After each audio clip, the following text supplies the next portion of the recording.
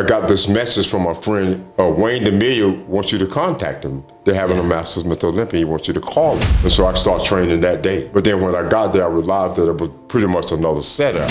Filming a movie for Lou called Stand Tall, and you're nowhere in the movie because they weren't planning on you winning. They must have told Lou that he had on too much color. You know, it's streaky. And look, when you turned around, you can see the blotches running here. You see it's all blotched. Come on. I got out of line and took it to Lou, because I knew that it had to be between myself and Lou. Everybody in the audience goes, Lou,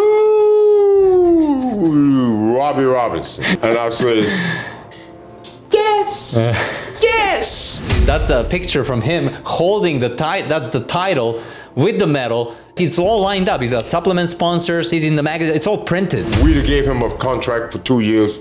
I think it was 2.5 million. All the European promoters had him on the covers already. There's a moment in the movie of Stand Tall where Lou goes, they better not give it to anybody else.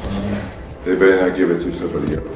You got a check that night, the winner's check for $25,000. So I walked over to Wayne, I said, Wayne, my name is not Lou Ferrigno. He said, what? I said, Lou's name is on this check.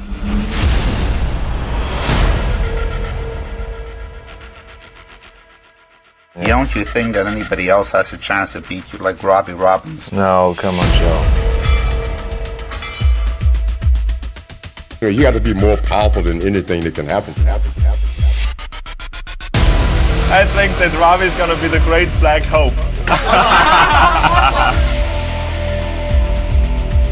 If you let anything crack, just you don't.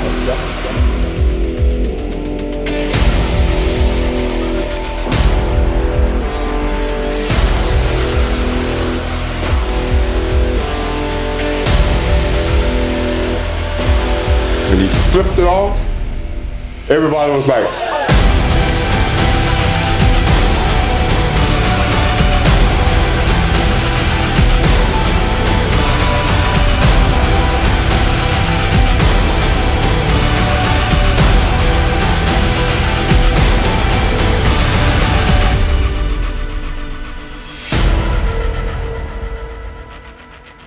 Let's go to 1994, Masters, Mr. Olympia.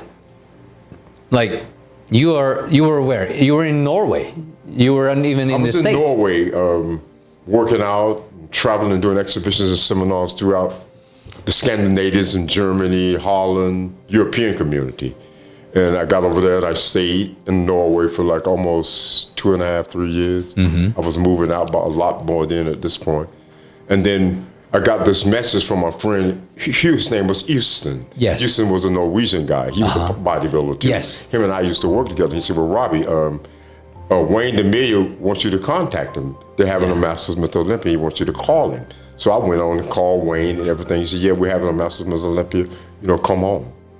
And so I started training that day for the competition. I didn't know when it was. Then there was a day, he came out with the time of it. Wow. I don't know, I just felt that this was the last go-round. Yeah. I'm gonna go in there, I'm gonna win it, and that's gonna be the end of it.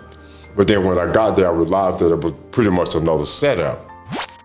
Robby Robinson, 210 pounds, 5 feet 9 inches, 48 years old, a surprise entry who has come from Oslo, Norway, to compete in this year's competition. Robby believes he can beat Lou and Boyer for the overall title.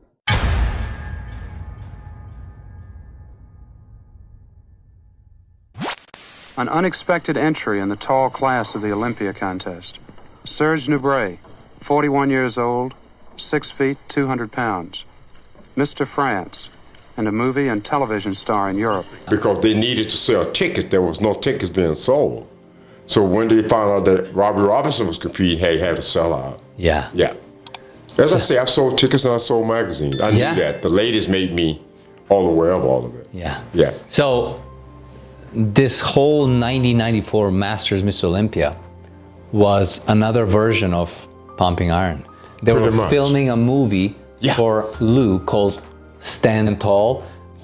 He was the main character. Yeah. And there was also Boyer Coe. Yeah. And you're nowhere in the movie because they weren't planning on you winning. So they're following Lou and Boyer. And Boyer Coe. They made a whole movie about it. Yeah. But the problem was Lou did not have the support from the system that Arnold had back in the day.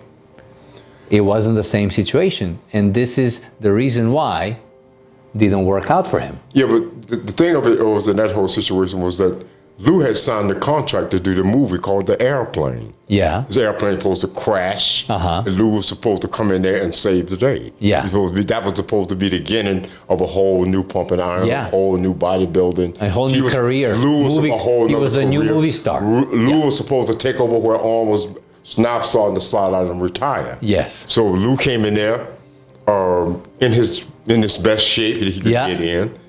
And I think the winning edge came down to when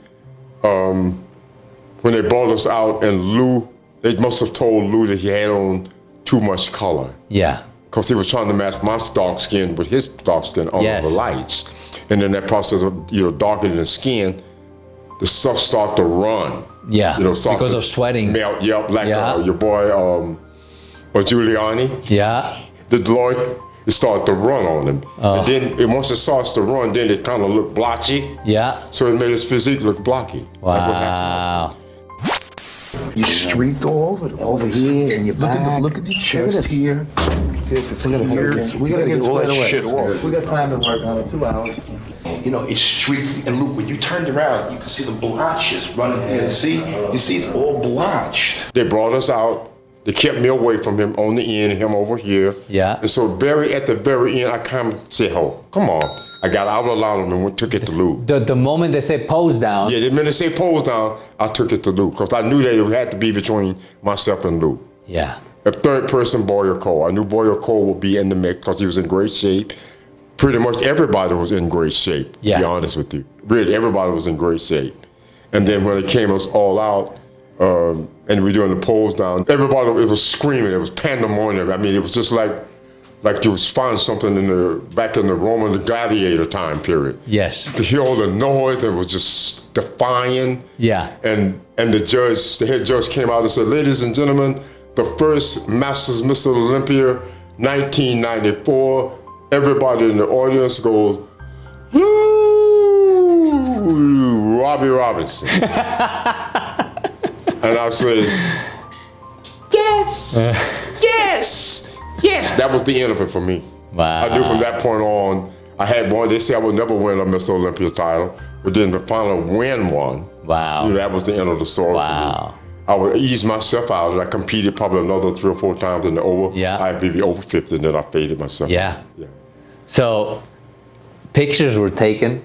Like that's a picture from him holding that's the title with the medal, and he's doing promotion for protein powders. He's already in all the magazines. Yeah. It's like it's all lined up. He's got supplement sponsors. He's in the magazine. It's all printed. We gave him a contract for 2 years. I think it was 2.5 million. Wow. Yeah.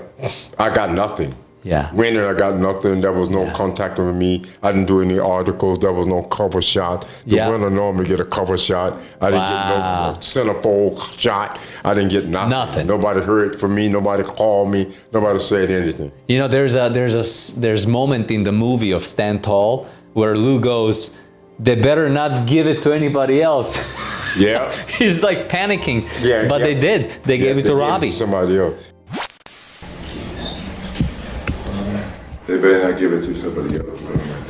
And I think that really had a huge effect on him because what they were doing, Joe Wheeler was using him as the guy to promote all of the products at this point because they already had him to be in Miss Olympia. Yeah. He was already the Masters Mr.Olympia. Yeah. In the paper and all that stuff, in the contract.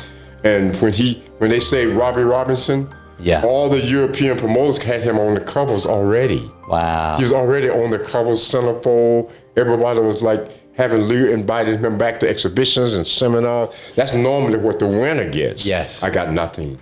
Now, tell him what happened for people who don't know that were watching this for the first time. You got a check that night, the winner's check for $25,000. What happened? They gave me the winner's check. This is no disrespect. I got the winner's check, and the winner's check, Lou Ferrigno's name was still on that check. So I walked over to Wayne. I said, Wayne, my name is not Lou Ferrigno. He said, what? I said, Lou's name is on this check. And he took the check and came back later to my room and gave me the check that Robby Robinson, $25,000. I kept it for a long time before I even cashed it. Amazing. Yeah. Amazing. Because I didn't know if it was real. I thought it probably bounced or crashed. Wow. But I kept it for a while before I cashed it. So there it is. First Masters Mr. Olympia.